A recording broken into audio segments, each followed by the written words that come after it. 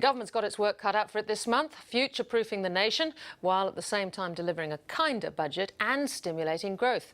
Today, the Prime Minister, some would say bravely, promised that budget deficits from now on would be reducing.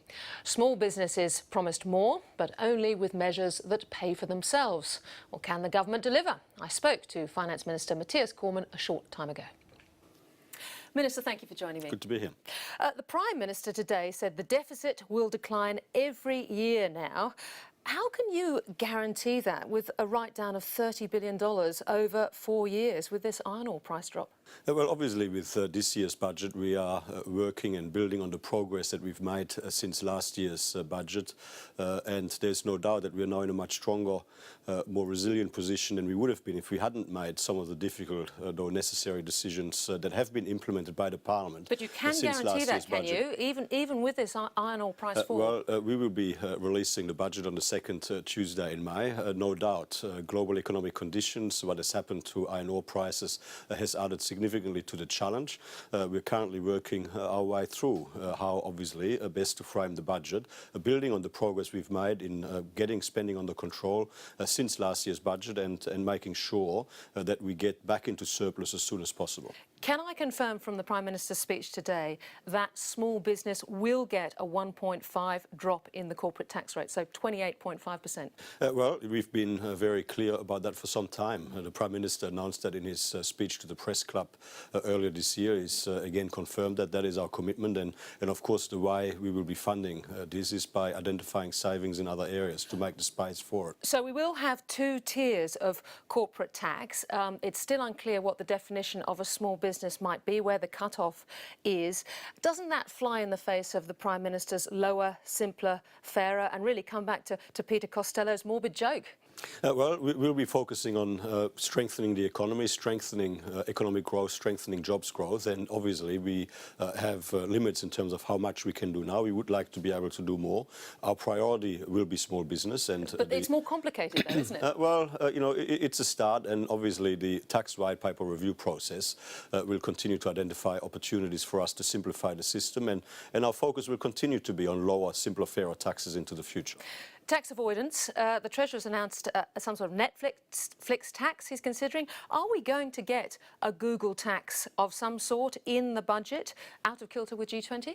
Well, there's a couple of things that we can do at the same time. Firstly, we already have one of the toughest tax anti-avoidance regimes in the world. We, of course, always, as a government, any Australian government will always focus on protecting its revenue base and pursuing initiatives, integrity measures to protect its revenue base, and we will be pursuing opportunities like that in this budget. But of course we will continue to also pursue coordinated action at an international level through the G20. One doesn't exclude the other. Yeah. These are complementary initiatives. And any Google tax that comes in will be pinned against spending? I mean, it won't be like a mining tax that suddenly disappears. Well, I'm not here announcing specific revenue measures. What I'm saying to you is that we will, in the budget, build on the anti-avoidance scheme that's already in place to further protect our revenue base, and that will be complementary to the efforts that are happening internationally. All right, Minister, this fight over the GST, Western Australia wants more. You're proposing a freeze. There's a big row brewing. Why hasn't the Prime Minister taken responsibility to sort this all out? Well, the Prime Minister will be meeting with state and territory leaders on Friday, and let's see what comes out. But he wants to leave it to the states to sort that. Well, I mean, the GST, the point that the Prime Minister is making is that the GST is a revenue for the states, and that is, of course, right.